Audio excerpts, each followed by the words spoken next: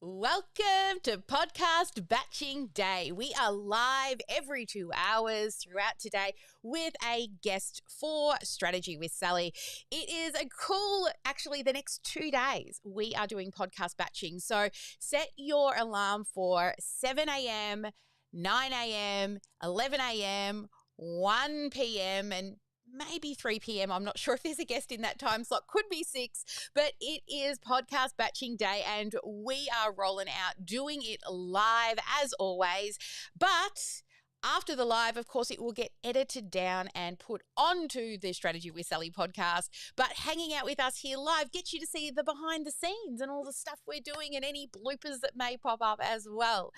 But we are at our 9 o'clock session and our guest today is co-owner of Recreate and leading a video production and social media management company, helping professional services and construction businesses to grow their brand and build their business online.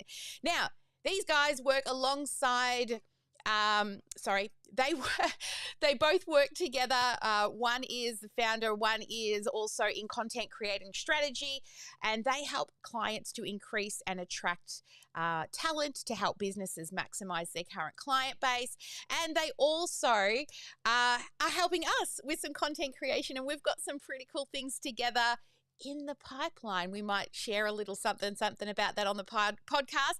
But please help me in welcoming Ben and Jobe to Strategy with Sally. Welcome, guys. Thanks for having us on. Thanks for having us on. Lovely to have you both here.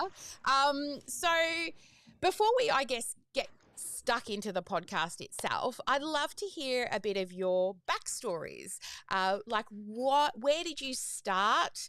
Then what was that light bulb moment for this actual business, Recreate? Let's kick it off with Ben. Ben, Yeah, definitely. share. Yeah. I'll kick it off. So I started my creative journey quite young. I was very fortunate in year 9 to get the opportunity to do a very similar thing to Timbertop, but except it wasn't Timbertop. It was Alpine School. So I turned my way up at the snow and I got the opportunity to really learn about myself. Did a disc profile as a young kid, which was interesting. Didn't understand it back then, but I do now.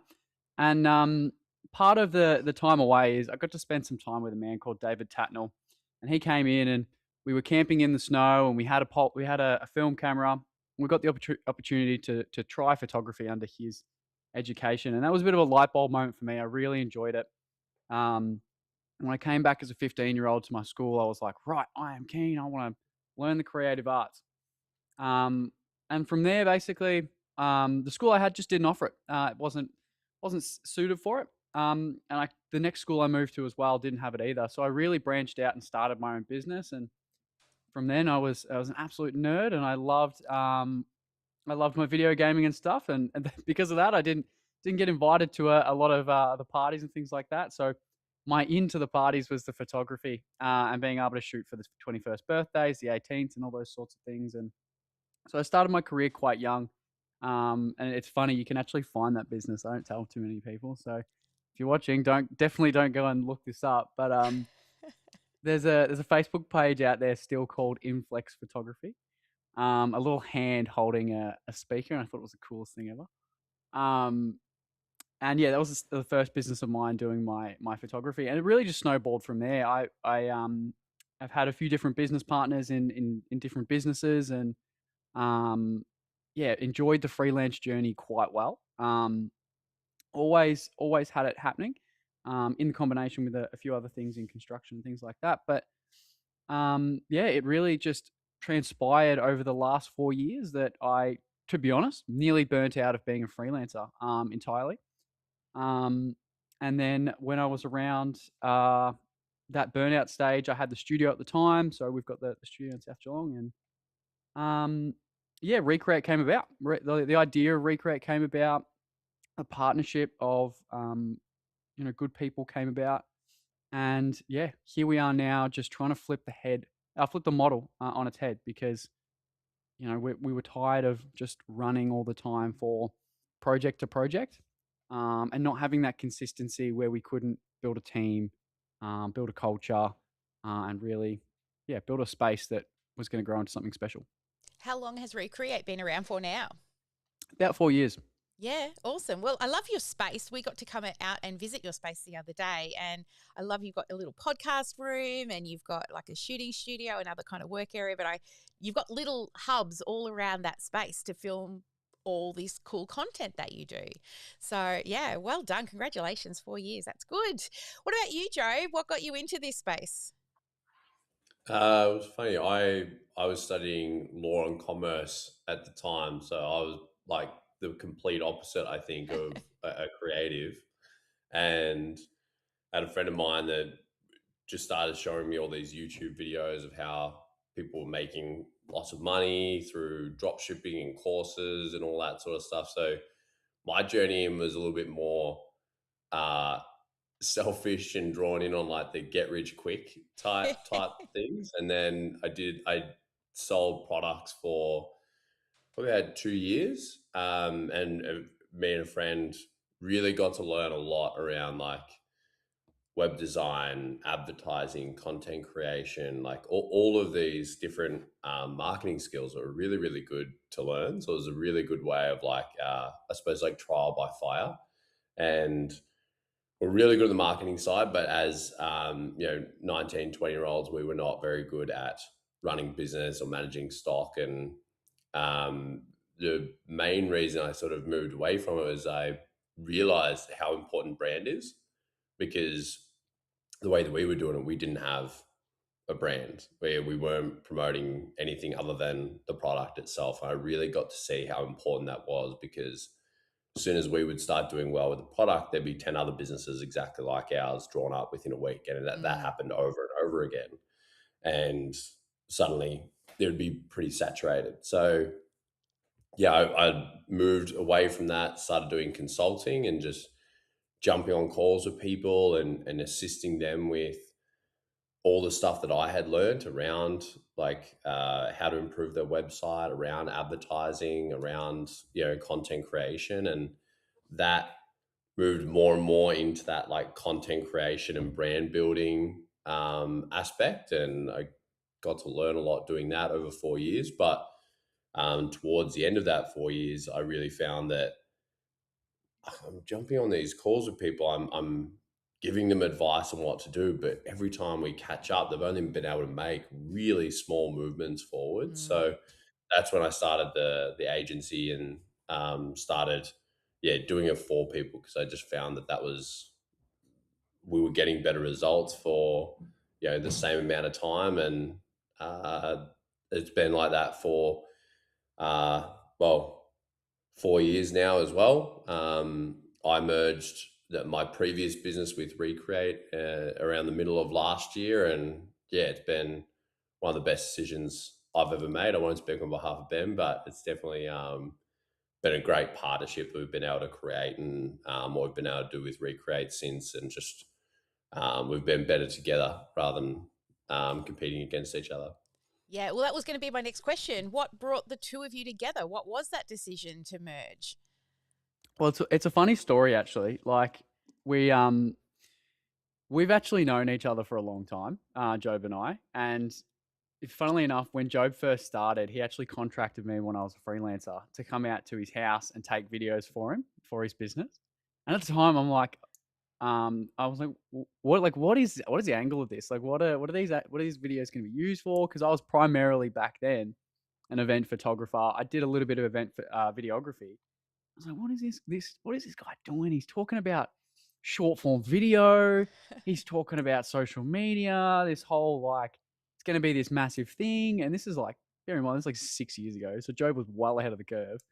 And I was just like, oh, like, I'll do it. I'll do it. I just don't get the angle. Like, and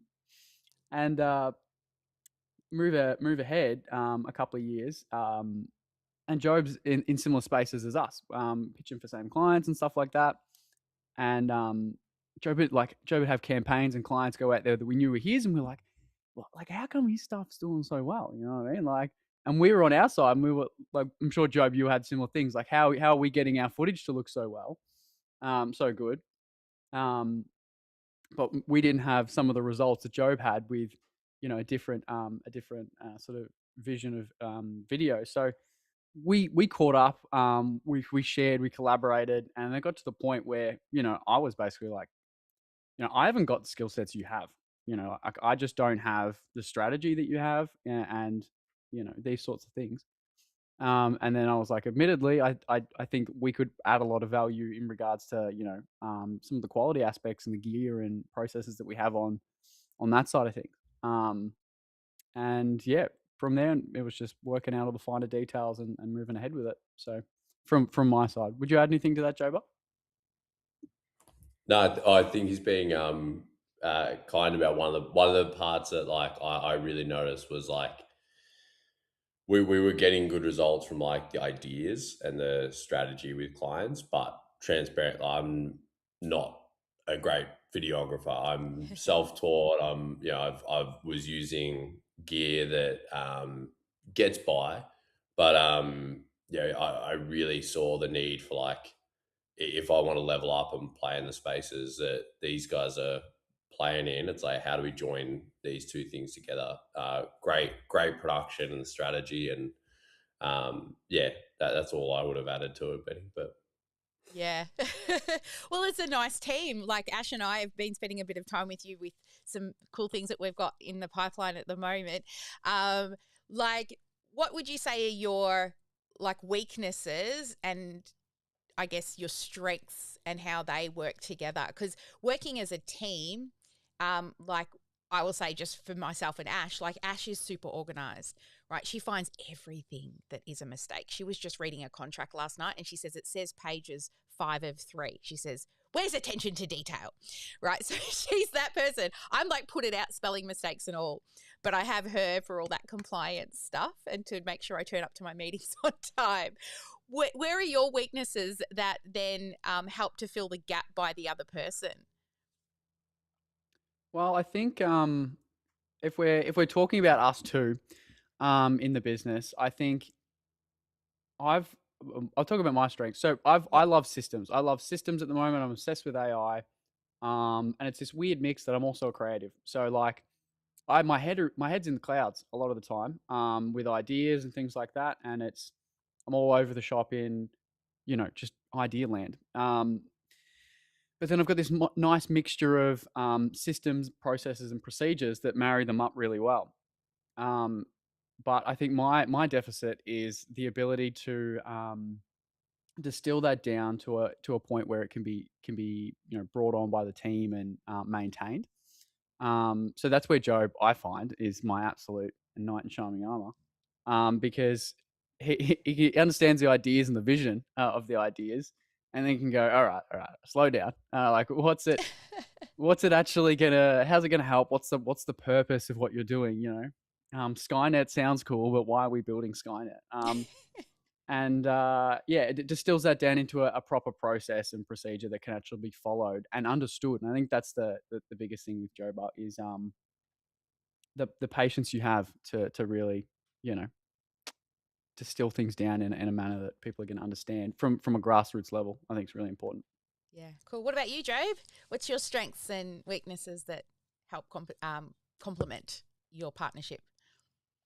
well, first I'd say I think Benny sometimes will undersell himself around saying that he's like ideas all around the place. But if you do, I've always like used the analogy with Ben as like a laser. It's like if you point him at a particular thing, it'll go like gangbusters in that direction. So like if you get him onto something, he'll spend 30 hours back to back building it. So he's very powerful in a particular direction. So it's crazy. So I've never seen someone build as quickly as he does, which is a superpower that we get to benefit from a lot. But on my side, I find like I really love managing people. I love being able to like see people's growth and give them a really clear pathway on like what do they need to do to progress in the business. So we're a team of 17 now, and it's a lot of people to make sure that we Ben and I have worked ourselves out of delivery now, so making sure that the team are the ones that are able to do everything without us, and not even just getting by and doing this stuff. Like we they do a better job than us. Mm. We want them to be able to exceed everything we ever did, and push the business forward further than us. So I think that's what I would say is like my strength in that area. Whereas, on the building and the systems side of thing, that's really Ben. I think that we've often really likened it to the I think it's in EOS or one of those other business Ah, systems as yes. like visionary and the integrator, Yeah, and yeah. that's kind of where we sort of like Same. Yeah, liken ourselves. yeah. We play a little bit of each other's parts at different points, but I Mhm. definitely think predominantly Ben's the visionary that sees where we want to go, and has the vision for the quality we want to produce and the jobs we want to do later on, and the offers and the products we want to do. And then it's sort of like he said, he'll come back to me like, okay, now I need to look at how that goes out with the team. Do we do this now, or do we do this in 6 months, and planning in and around that. Yeah, I'm a huge EOS fan. Like my orange book's behind me. Like I love EOS. And I would say, Ben, you and me, we're like, the same. If I want to do something, I will just smash it out. I remember we did a live event when COVID first hit, and within 2 weeks, I had 50 guest speakers, 7 different Zoom accounts, all set up, and ran a massive event. Just because when I put in a direction, I'm like, go, go, go, and smash it. But then the team side, I've always struggled with, and that's where Ash steps in, and she really manages the team. I saw some really cool things you were doing with the team. You had a steps challenge. I thought that was awesome, because I always see if every time I catch up with Jobe, he's walking. He's got one of those walking pads, and he's inspired me. I need to get one of those walking pads. But what was the challenge that you had with the team? You had a couple, didn't you, Yeah, recently? there's been a few. I mean, we have a philosophy. Like we really care about the team. Like I hope that shows through in our content and stuff like that. But we really do care about the team, and we really believe that healthier people are happier people, and people with direction are also happier people, and all of those things lead to more productive people, which is obviously great for business. I mean, it's not why we do it, but it's the outcome of it. Yeah. Um, and we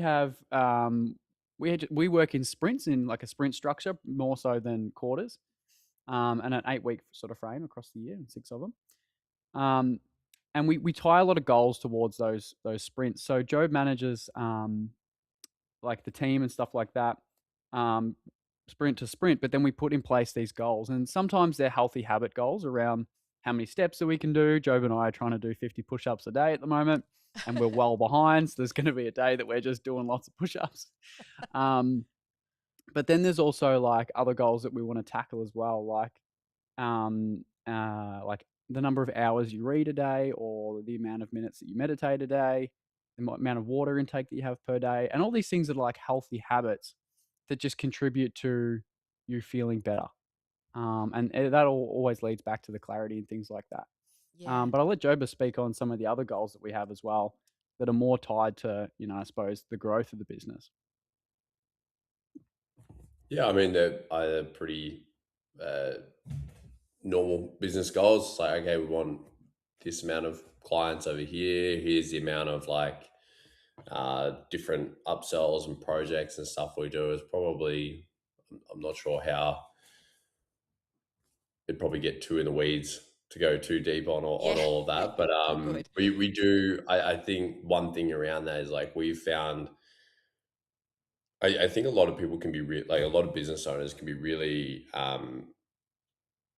hold it too close to their chest around what their goals are, and they do it at the start of the year, or they do it with a business coach, and they've got it in a Google Doc, or they've got it written down somewhere, and then they never go over it with the team. Like at the start of every 8 weeks, we make sure now that we sit down with them and we share what we're trying to Mm. do, and they're really clear around what we're trying to achieve and how that's going to benefit them. And it's cool because I find that like when if you don't have that and you don't have a really clear idea of how that like how that's going to benefit them as we grow the business, then for most people, when you bring on new business and you're growing, team can sometimes just think like that just means more work for me. Like that might be Yeah. the only way that they view it, rather than seeing the growth potential for them, and if there's incentives around it, how that can benefit them in the short term as well. Like it's crazy how since we've implemented this sprint structure where we share the goals and we get them aligned on that, how many of them have now just started going like, oh yeah, I know this person over here that like, oh, they could be a massive referral partner. Oh, I know this person over here, and it's like it's funny until you actually make it clear that like um how that's going to work for them. Growth of the business almost seems scary because it just seems like they're going to be under the pump. Yeah. That's awesome. Yeah, we do a thing where once a year we reset with the team, and we will do the VTO part of the EOS system. We will do that with them. When we get sort of heavily into the numbers, some of them kind of glaze over, but they love setting those kind of bigger goals and the values of the internal team, all of that sort of stuff. But once I start getting to the sexy math part, some of their eyes are like, okay, they're glazing over. But we give them other activities and fun things to do as well. But I love how you bring the team together so that you're all rowing in the same direction, and the fact that they're now thinking and seeing, oh, there's a potential over here and over there, and bringing that into the company as well. So that's really awesome. Now you're actually here for a topic today, which is how to grow your business through content without new leads. So that's my first question. What is the system that you would suggest to grow your business and your revenue without actually attracting new leads? I'll go to you, Joba. Easy. The way that we look at it is like there's a lot of ways to grow a business. And I think everyone, when they look at content, they look at social media, they just think of advertising. And we think like advertising is realistically it's one small subset of marketing.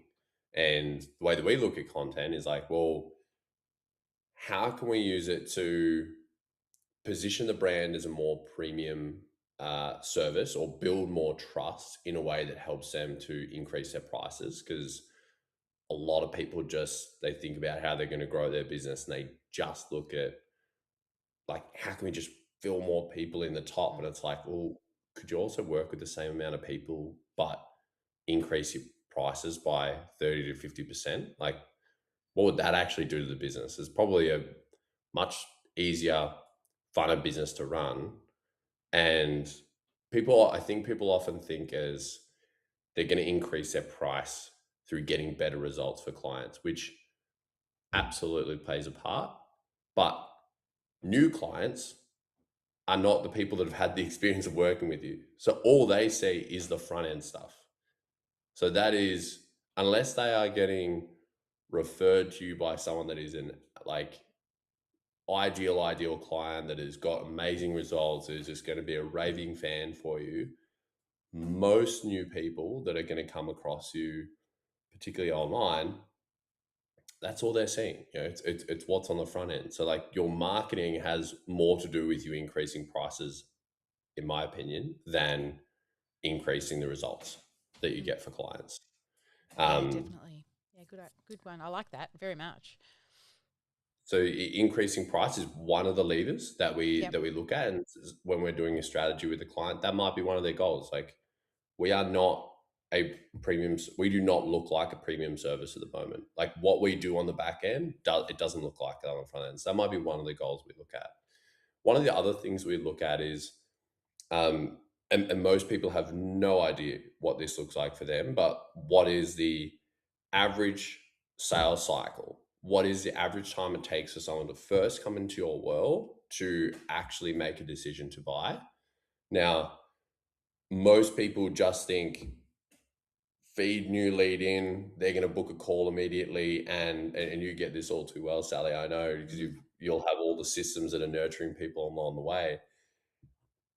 But that's most people's thought, right? That they like new lead in, probably going to book a call really soon, and we'll see if they're going to be a client or not. When in the reality, it's so everyone's journey is slightly different. Some people are like going to come really quickly. Some people will jump on a call, might ponder on it, but they might make a decision in 6 months because you didn't have enough trust here. But over time, maybe that builds up. Some people are going to take 6 months, or I think you were mentioning someone the other day that had been in the like behind the scenes, never engaged on anything for years, and then they finally come over the line, which is Yeah. 6 you know, years, 6 years stalking and just became a client, and it was like, whoa, they've been following me for 6 years and I had no idea until they decided to become a client. Yeah. yeah, which is a testament to just like a great ongoing, consistent nurturing system that appeals to everyone's things. But on the average, like when we look at that, it's like, what's the average that it takes people to buy? Is that 3 months? Is it 6 months? Because if we could halve that, that's going to double your business. Like that, and no one really talks about like that. And that's if we can if we can Yeah. decrease that, it's probably going to mean the your cost to acquire the person is cheaper because it's taking you less work over a long period of time to have to follow up with that person and everything like that. But it also means cash flow is going to be way better. Like you just bring in, like it's easier for when you do start bringing in new people, it doesn't take as long on average to get them to actually become a client. So you can actually feed more money at the top, knowing that that's better. So that might be one of the other goals we look at. So if we can, decrease the sales cycle there. The other thing that we look at, funnily, we've had a few clients that they're a really niche market and they don't have an issue with getting new clients on board. But when they do bring on the new clients, they typically come in through like a lower end service or that first end thing. So their marketing is actually more driven towards customers and people that, or even past clients and stuff like that, to try to upsell them or like show them like the more features of whatever product or service they've done. So we've seen people that like use their socials more so to actually appeal to clients because it's always easier to have some see a video and convince themselves that they need that particular thing than when they're on a call with you or they're talking with you directly, they might feel like they're being sold to or convinced around that particular thing. So that might be one of the other things we look at. Yeah. And we also, it's less so to do with revenue. It's a bit of a revenue will come after this, but we've also been working with clients to grow their business through using content to attract talent. Transparently, I mean, if you look at our socials, majority of the content we've done over the last like 12 to 18 months has actually been driven towards trying to attract new employees, because we don't have an issue with getting new clients. It's more so around we want to really attract high grade talent so that we can continue to grow. So that's where like our bottleneck was, and like that was the problem we were using content to solve. And we've hired our last 3 people all through social media, all reached out to us, and it's great because they know what we're about, they know what we offer, and they're already like really keen to work for us because they get it, what we're trying to do and the mission, and they're seeing us having fun, so we look like an employer of choice. So yeah, that's all the stuff we look at. But I suppose the main thing is like, what is the bottleneck that we're trying to use content to solve? And most people, just think about new leads, new clients, and that's the only way to do it. Yeah. And getting new leads is fabulous, but then what?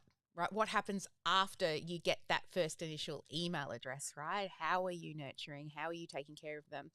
But I love that you're using content to attract talent. I will have to say, as a business owner, finding talent is one of the hardest things because they sound amazing on paper or they interview very well. But then when put into the role, maybe they just don't have the capacity or the brain power for it, but they can talk all the talk. Um, but having that content to be able to attract quality talent who are already invested in what it is that you do before they even walk in the door, they're not just applying for a job. They're like almost looking at you a little bit like, fanboy, fangirl, like, oh, this is really cool because you're showing up constantly. That's such a great idea. I've never thought of using my content to attract talent because I'm always thinking, same as you, or as you said, thinking leads, sales, right? Attract people in. But then I think nurture, right, which is showing up so that you stay front of mind, tip of tongue. So I'm definitely going to be thinking more about some more behind the scenes fun things with the team in our content to show that not only do we serve our clients, but it's a cool place for the team to work. Thank you for that. I love doing podcasts because you never know what goodness comes out of your guests. No, it's crazy. It's funny as well how that can also impact the sales side too. Like we've it's not the main reason we do it all. It's just one of those like nice benefits. But like we have clients that come in and they just go, I just want to work with you guys. You look so fun. You know what I mean? Like they want to be a part of it. Which is, a really nice thing to hear when you're like, that's what we're trying to create. We want to create like that fun, that culture, that thing that people want to be a part of. But yeah, it was a nice side benefit as well of that on the front end clients go, yeah, those are my people. Yeah. Those are the people I want to be around, which has been a cool thing too from the side of, I think, in this age now of like people wanting to lead with founder led content, which I'm massive on. I think is awesome. But the issue after the founder led content is how do I then that everyone wants to work with me, like Yeah. and I've got a whole team that are honestly better on the delivery side. Yeah. They're gonna make sure stuff gets done. So showcasing the team and having them around a lot more in the content we found has also been a thing of we haven't had that friction Mm-hmm. where Ben and I have stepped away that clients have been like, oh, why am I working with these guys? Like, I want to work with you. Like, Yeah. we just haven't had that, which probably also because they do their first shoots with those guys and go, oh, this is way better. Well, you were telling me the other day, like we're the same. We like the chefs that don't cook at home, right? Or we always there's a funnel to build for us or something to fix. Like we don't even have a website; we have a funnel. Why? Because we're busy building everybody else's things. But I love that you've got these specific levers that you use to help to diagnose each of your clients. And one particular one is what role does the content itself actually play to help increase prices or upselling current clients? How would you use that content to do it? I'm gonna throw it back to you, Joe. But this is your area to a T. Don't mind me. I'm loving this. This is great. I think there's a few things around it. So, one of the things that we're really big on, because a lot of the businesses we work with, they are like a high ticket service in a typically in industries where there's a low level of trust because people have been burnt by a lot of other people in their space. Whether it's a financial advisor, a real estate agent, a buyer's agent, accountant, like all of these sort of things. Everyone's got a bad story. So, like one of the things that we look at is the quality of the content. And I'm all for people like getting started with using their phones and doing content like that. But I do really think there is a understated thing of um, high ticket services when you go to the page and you see a quality thing. It's an implication that they invest in stuff and they value quality in that. It's just it's innate for us to make like a judgment and make impressions. It's like, if you have a nice website, your landing page looks nice, like that will make a difference versus something that like doesn't look like it works, or it's got broken links, or stuff is, the copy doesn't quite make sense. So like that's one of the things we look at, is the quality. Hmm. um, the other part is the trust and the social proof. So one of the things that we look at is, we're very big on collaborations with our clients, because a lot of our clients have got other people in their industry or people they refer to and all this sort of stuff, and we want to help them showcase that, because you can leverage trust off of, all. I mean, at the end of the day, brand is really just like reputation and associations. Like, what are we, when people think of you, and if you show up over here with someone else, it's like, okay, they're together, they must be in the same world together. I trust that person, therefore this person must be trustworthy as well. So we look at that a lot with our clients as well. How can we help bring in and get you to collaborate with people that uh, will help you leverage trust and showcase you with people that you want to be showcased against? um, that might be one of the strategies we look at.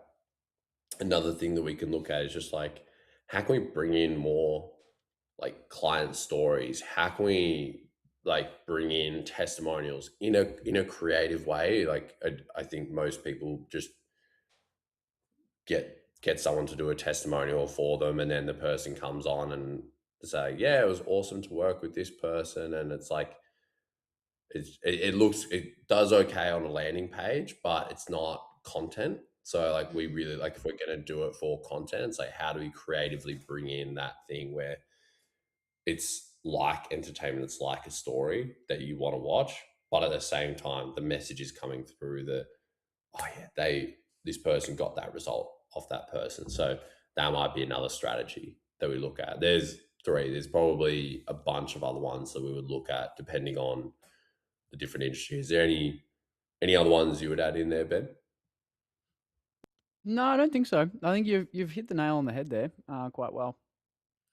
I think that that first impression matters, right? Especially if they're brand new to your world and they've never seen you before.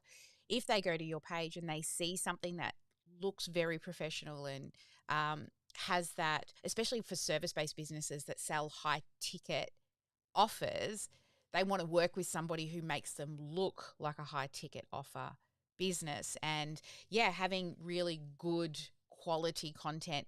And I love what you said about the testimonials, not just having a testimonial, but bringing that in and creating a story. And I always say, show up, educate, and entertain, right? Because that's what content is. It's supposed to entertain, not just to educate. So yeah, I'm gonna go and have a look at some of the testimonial things that you've made for people now to also see what they all look like, because we just literally get a few voice recordings or we pull in all our Google reviews, but actually using it, but strategically thinking that this is content for a purpose rather than here's a testimonial, go watch a testimonial.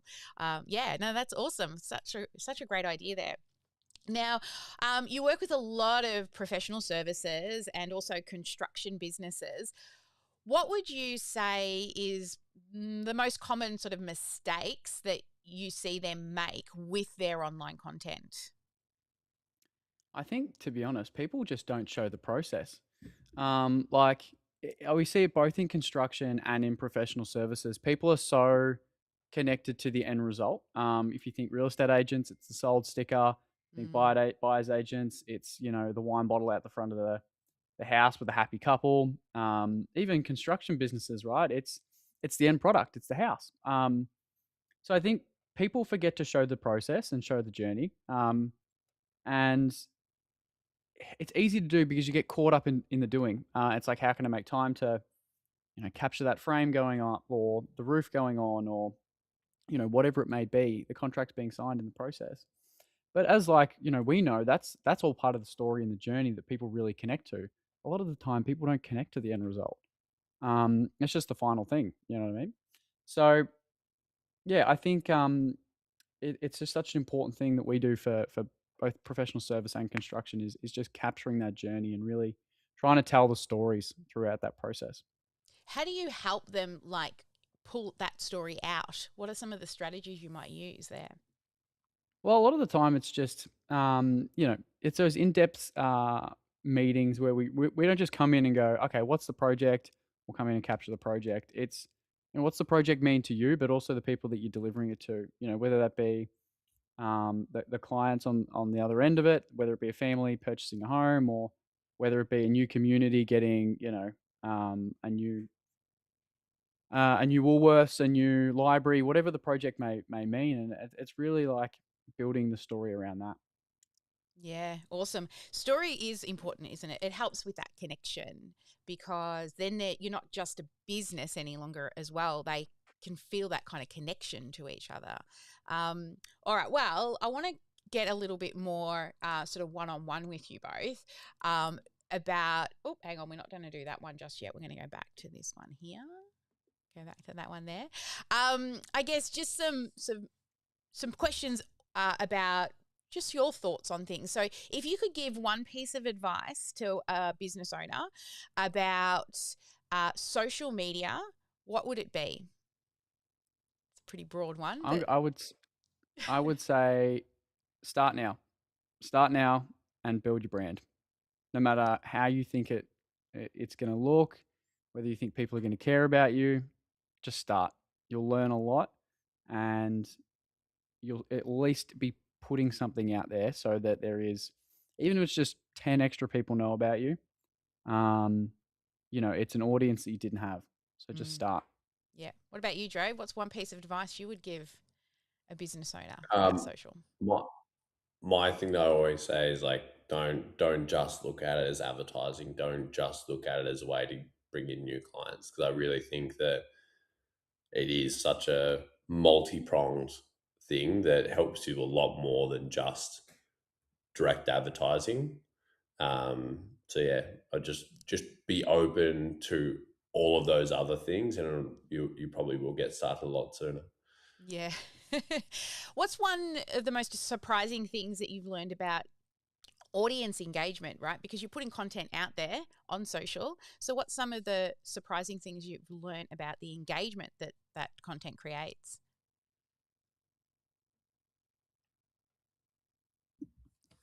I'll jump in to start. I would say just the back and forth conversation that can be had, and I think there's a lot of people that like they start getting some comments and they're not replying back. They're Ah, not yes, trying the to good old engage post and in ghost. conversation. Yep. Post Yeah, and ghost. exactly. And I think there's like, you should be jumping in there. Like there's so much. Like, I've had people that have been very surprised at how much money like we've made over the years, like just through Instagram DMs. Like I've had, you know, a lot of people that have come on board or like signed up for a project purely through DMs. Like we haven't jumped on a call, we haven't done anything. It's just the trust is there, and like engagement through the comments is how you get people to a one-on-one conversation. And if you need to get them onto a call, like you're just a few steps away. And I think people really underrate that aspect of it. Yeah, no, that's really good. Yeah, we have a rule here inside of OmniSam: no post goes uncommented on, and no comment goes unreplied. So somebody has to be in there, and then we also end with an open-ended question every time we comment. We'll lead with an open-ended question to keep that conversation going and to also help qualify people along the line as well. So that's a great tip there. Now, tell me a little bit outside of work. What's a passion? What do you do outside of work that helps to continue to inspire your creativity? For me personally, I like to wrestle sharks just on the odd occasion. No, not actually. I only actually joke saw a around. guy snorkeling one day wrestling a shark, and that was I felt sorry for the bloody shark.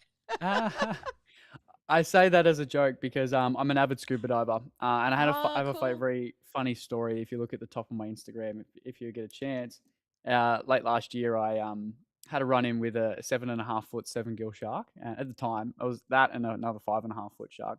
I didn't know at the time that it was not too dangerous shark. I just saw a big grey thing. So yeah, I love my scuba diving. So we have some of the best scuba diving here in Australia, down in Geelong. And most people don't get to see it. So absolutely love it. It's my disconnect from all the stress. Ah, Some people think I'm crazy because it's like you put your life in your hands for 50 minutes underwater. But that's my way to de-stress. that's actually been one of my kind of bucket list. I've done scuba diving like with somebody. I've never got the license to go by myself scuba diving, but I loved it. Like I float really easy, so I can snorkel for hours, and like I literally can fall asleep floating. But I love scuba. I mean, it's one of the things I've always wanted to be able to just do. So yeah, that's really cool. What about you, Joe? What do you do? A passion that inspires your creativity? Oh, it's not yeah, it's not wrestling sharks. I'm probably more like I'm anything like game related, board games, or I play chess a lot. Like any sort of downtime I've got, like I just love playing games. So Yeah, the team will attest to my uh, competitiveness anytime we've done like a games night or yeah, done anything like that. But yeah, my at the moment my thing is chess. It used to be online Catan, and yeah, I've had to delete a lot of games and stuff off my phone because that I can just get lost in that for hours. yeah. I've never been big into gaming, but I did paint a chess set recently. My husband made in the 3D printer. I'll send you a photo. It's like a rainbow, of course, rainbow chess set that I spent, just nice in front of the TV doing a bit of painting and painting this chess set. I'll have to give you, you'll beat me, but I love chess too. Not that I'm good at it. I can't think more than maybe two moves ahead, but it's still fun. And we used to do lots of game nights when my daughter was younger. So I enjoy the game side, but I've never been much into the the Oh other yeah, online I'm not gaming as much space. that sort of stuff. It's more like yeah, Board board games. games. It's Yeah. just an online version of a board game. That sort There of was a stuff's my jam. Yeah, there was a really cool Netflix series where it was all about just different mind games and that people had to play. So it wasn't about being fit and healthy and like a lot of those. It was just about using your brain. We've got a visitor here. You'll have to come and stick a headphone in because you won't hear. You'll have to put this in your hole. Hey mate, Hi, friends. how are you? Testing, testing. Live broadcast. Can you hear me? Yeah, we've got you. How are you? Fantastic. Good. How are you guys? Good, good. We're just in the fast talk questions. I think Yeah, we're about to get to fast talk. The You want to? best bit. Well, Yep, she's lost her thing. We'll do fast talk with Ash. I don't know how to use these ear things. As you know, I'm a noob. For everybody listening and just seeing for the first time, hi, my name is Ash, customer success manager at OmniSam. I'm tardy. I'm late. I've been doing team management tasks this morning. So again, I do apologize. And Ben caught me in the middle of it when he popped into the Voz this morning. And I was like, head over there, Ben. Great to see you. And then telling the team what's going on. So thanks for having me. Let's move on. Yeah, fast talk. All right, so questions are up there. We're heading into fast talk. It's 2 minutes to see how many questions we can get through. The pressure's on. No, it's not really. And who's talking, you or me? Oh, well, you can do it. Why not? And okay, Yeah. all right. Ready? Ready? 3, 2, 1. Video or photo? Video, Instagram or LinkedIn? Instagram, Instagram, Short form or long form content? short form, short form, Behind the scenes or polished productions? BTS, Polish Productions, Morning content creation or evening editing? morning evening content editing, creation, Ooh, we got a good one there. All right, coffee or tea? coffee, neither. Neither. Yeah, I remember. Ben. Oh. All right, we're going to keep going, keep going. Solo brainstorming or team collab? Team team collab, collab, Analytics or instinct? Ooh, analytics, analytics, Written or visual storytelling?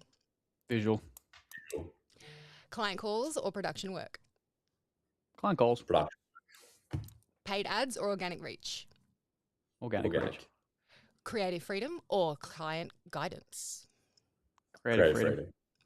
Automation or manual posting? Automation. Automation. And then feedback or self-reflection? Feedback. Self-reflection. Trending topics or evergreen content? Evergreen. Evergreen. All right. Work from studio or on site? Ooh. Studio. Work from studio. Music or sound design? Music. Collab or solo projects? Collab. Collab. Planning or spontaneity? Planning. Spontaneity. Ooh. Sally You and can tell. Jobe is you, Ben is me. Yeah. I sat Sally down last night and I was like, no. All right. Sorry. On with the thing. Editing or filming? Filming. Filming. Favorite project you've worked on? That's the toughest one to end it. GBA. Ding, ding, ding. GBA. Oh, our sound Yeah, effects yeah, didn't go off. Oh, I'll make it go off. Hang on. I didn't know there were sound effects. I was the sound effect. Anyway, and welcome to answer the question though. Like, keep going. Tell us favorite project you've worked on. Yeah, I think to be honest, the favorite project we've had so far was capturing the 2025 Geelong Business Excellence Awards. I think it was just it's a thing that I've seen for years. And to be a sponsor, part of the night, being able to deliver awards, but then two, having a team there and being able to be like, our team's in the crowd capturing this night. You're all gonna, you've seen us capturing the photos on the night, and then you'll see the recap that came out afterwards. I think that's probably been one of the most impactful projects we've been a part of so far. Awesome. What about you, Jobe? Oh, I probably would have said that too, but I'll go something different. I think the funnest project I've worked on was Hive Keepers. It was like this all part of a Kickstarter campaign for this like product for beekeepers. It was very different to everything else I've done, and then even just the process of like marketing something for Kickstarter was very different. So it was fun. Cool. Amazing. And save the bees, everyone. If you're listening, please plant local wildlife saving flowers in your location.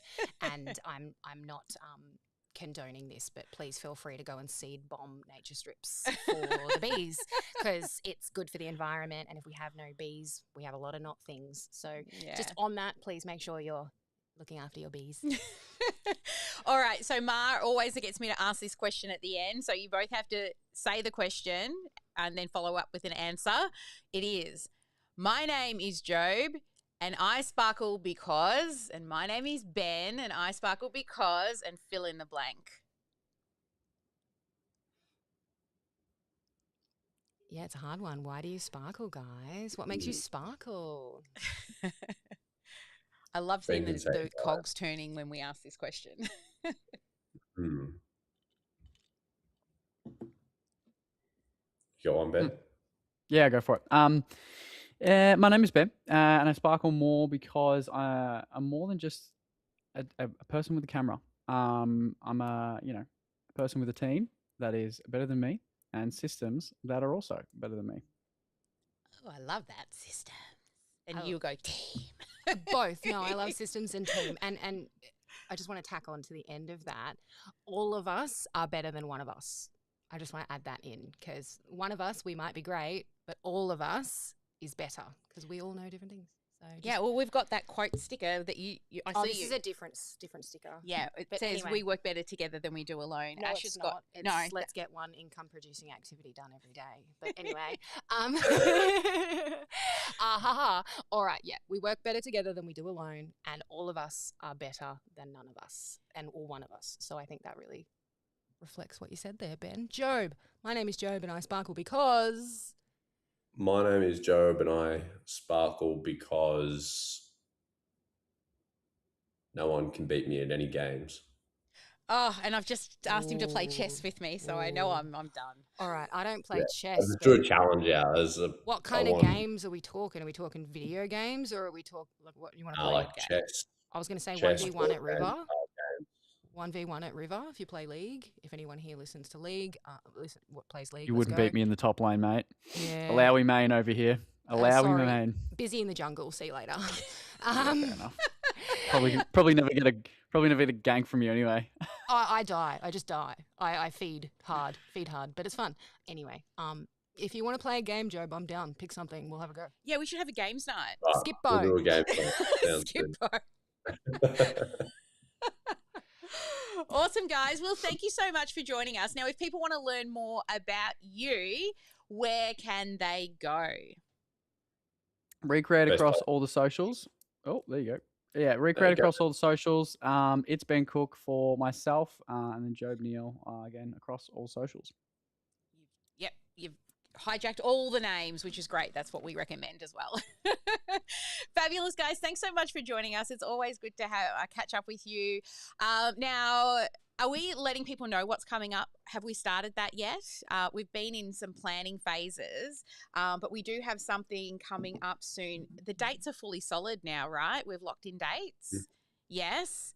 All right. So I guess we should tell people what we're planning then. Well, no. See, all I said was there's a place where people go and there's a thing that's happening in that place. That's all I said. And I was like, around Geelong there's a place and you might want to come. I don't know. And that's all I was allowing Sally to say. So, well, it's a good time to announce it while we're all together.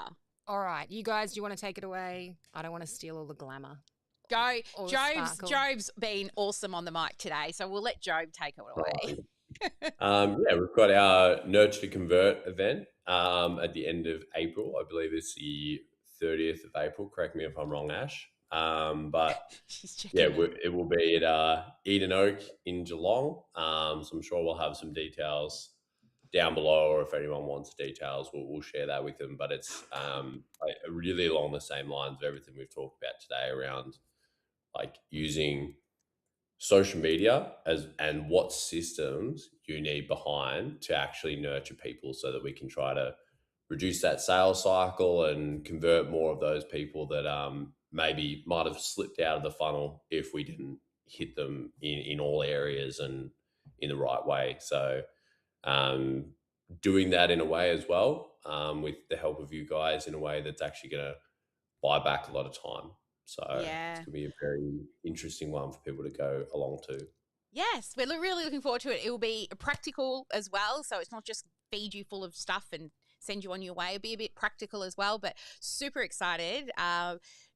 Launching our event cycle that we're trying to start here locally in Geelong and, well, around Victoria as well. So, and we're kicking it all off with Ben and Jobe. As our year of live events. So super exciting. You heard it here first. Nurture to Convert, 30th of April at Eden Oak, Geelong. And I'm sure somewhere around here you will see a link to click in order to get your tickets. Can't wait to see you there. Wear your brightest sparkle, or in my case, black with a little bit of sparkle. 100%. Awesome, guys. Well, thank you so much for joining us on the podcast. We will finish up, but we'll be catching up with you really soon, and some great tips and advice for our audience today. And bye. We'll head out and we say never let anyone dull your sparkle. Make sure you get one income producing activity done every day, and every day be marketing.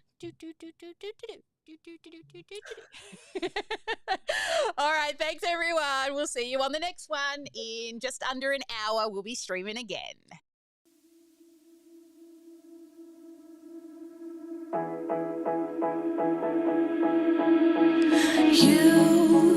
You've been hiding in the shadows way too long.